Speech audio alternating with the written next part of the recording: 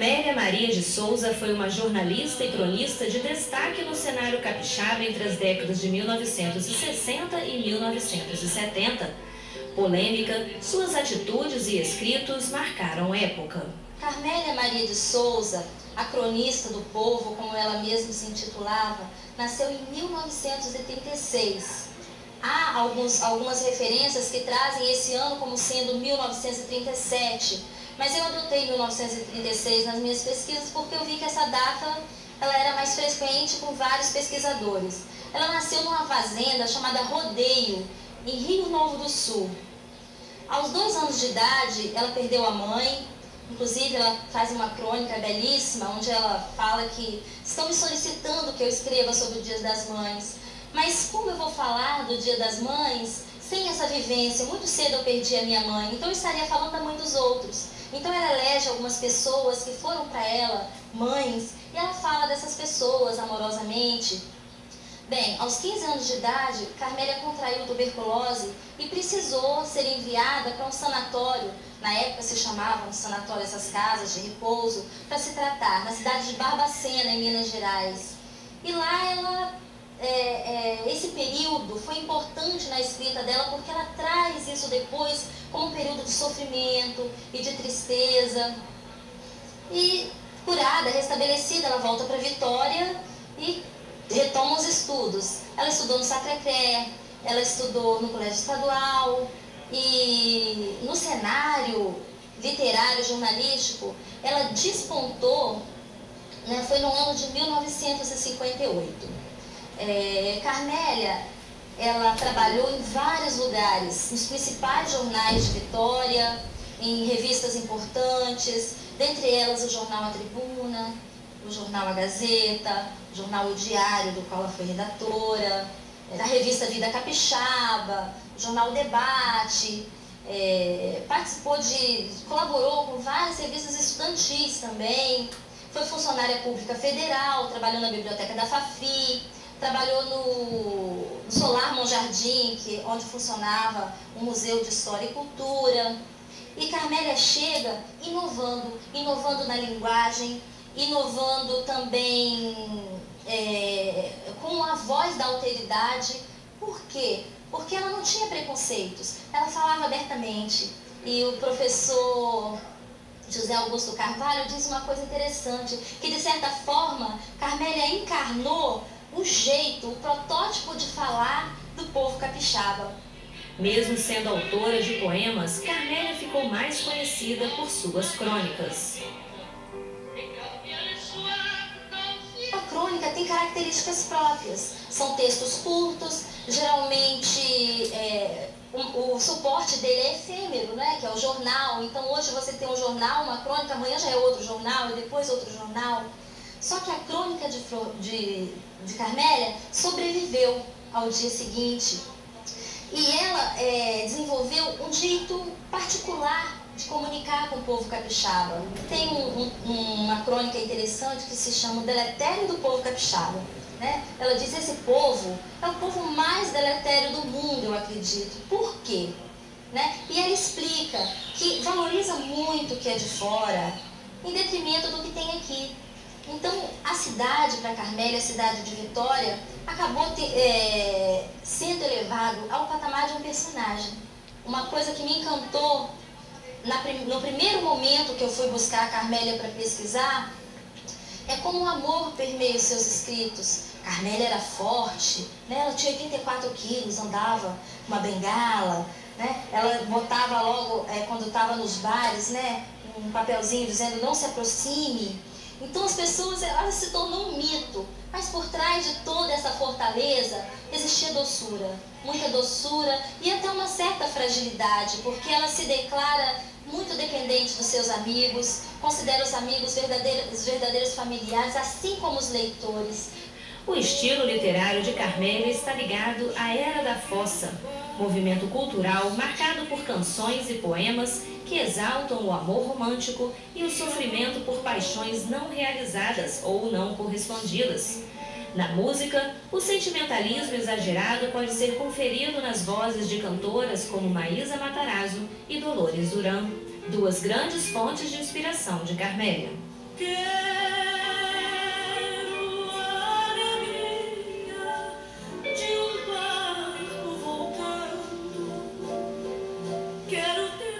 E foi muito curioso, porque isso era uma vertente do pensamento que não era só daqui. Era, na verdade, que vinha lá da Europa, que a gente chamava de como é que se chama? A Era da Fossa.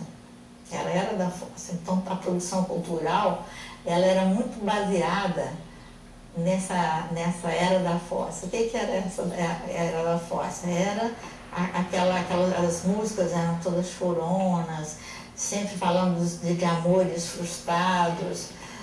Os livros eram também, a literatura também era muito impregnada por esse sentimento de perdas, de sentimentos, de amores, de desencontros amorosos, né? E ela foi, sem dúvida, quem melhor representou esse segmento literário aqui no Espírito Santo. E, ao mesmo tempo em que ela tinha esse lado, que se podia dizer assim, meio pessimista, meio angustiado, meio doloroso, ela era uma pessoa extremamente bem-humorada. Ela tinha alternâncias muito grandes de humor. Era moda ser triste. Os ídolos eram Antônio Maria, Ninguém Me Ama, Vinícius de Moraes, tinham vários, Nora Ney, aquele pessoal que cantava só música fossa, fossa. Fossa era a moda, e Carmélia era a rainha da fossa. A contribuição dela foi assim para as cronistas da época, para as pessoas da época que escreviam, quem gostava do lado romântico, do lado triste, foi muito influenciado por ela. Então, o que é a fossa? A fossa, ela era chamada, né, de a cronista da fossa, e muitas vezes como a cronista bossa nova. As pessoas pediam que ela falasse da fossa, tanto que ela se arrogou uma especialista em fossa. A Carmélia não é só a Carmélia da fossa, então ela traz outros textos pra gente, inclusive ela diz, ó, um amigo meu me alertou que fossa está fora de moda. E ela escreve, né, aqui na página 63, um texto chamado Alegria, que ela diz o seguinte, que as pessoas procuram ela e dizem assim, que ela sempre vive na fossa, né, e que a fossa dela é uma fossa de gabarito, mas que ela, dizem que ela é louca e que ela é tresloucada e que ela é triste. Louca tudo bem, mas de triste ela não tem nada, porque ela tem muito amor pela vida. Carmélia Maria de Souza personificou, através de seus escritos, o espírito das décadas de 1950 e 1960.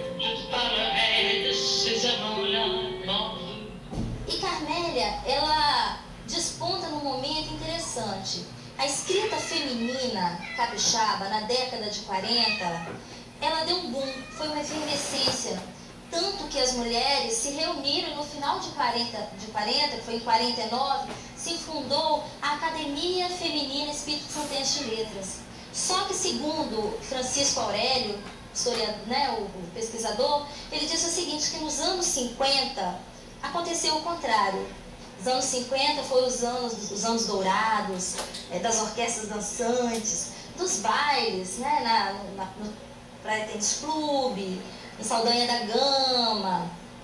Então, o que aconteceu? As mulheres escritoras meio que se acomodaram nos seus papéis, né, destinados pelos homens. Então, Carmélia surge no cenário em 1958, final da década de 50, quando começa a geração da contestação. Então ela começa a encarnar todo esse espírito de contracultura e ela chega trazendo um diferencial. Por quê? Porque nessa época grande parte dos cronistas repetiam, né, o espírito dos grandes centros. Era uma coisa muito inteligente, muito divertida. É claro que não era uma coisa diferenciada, né? Não penso que era aquele grupo de intelectuais, né, que ficava ali falando sobre os poetas da época, né, lendo livros de Fernando Pessoa, não era bem assim, não. Era todo mundo com ideias próprias, formadas, né, se discutia muito, em caso de haver até uma certa controvérsia dos pontos de vista, mas era tudo um ambiente muito gostoso, sabe, no meio de muita boemia, né? muito boêmia. Carmélia, a sua marca de Carmélia é essa, inteligente, sensível, uma pessoa capaz de ser extremamente doce, mas de ter assim, momentos de bastante... Ela mesmo dizia, né, que ela tinha, como é que se diz, que as pessoas saíssem de perto, porque quando ela estava com raiva, ela era capaz de fazer maldades, mas que ela era uma pessoa boa, ela sabia que ela era uma pessoa boa, mas tinha roubos de maldade. Mas era muito interessante aquilo, né? Porque a gente ficava até tarde ali, e depois sempre acompanhada de músico, né? Era tudo misturado, não é? Era música, era troca de ideias, era aprendizado, era defesa de valores também, isso era muito tema das nossas conversas. E enfim, era uma boemia muito saudável. Um dos personagens mais conhecidos de Carmélia é a Dindi, figura feminina baseada na música de Tom Jobim, que leva o mesmo nome.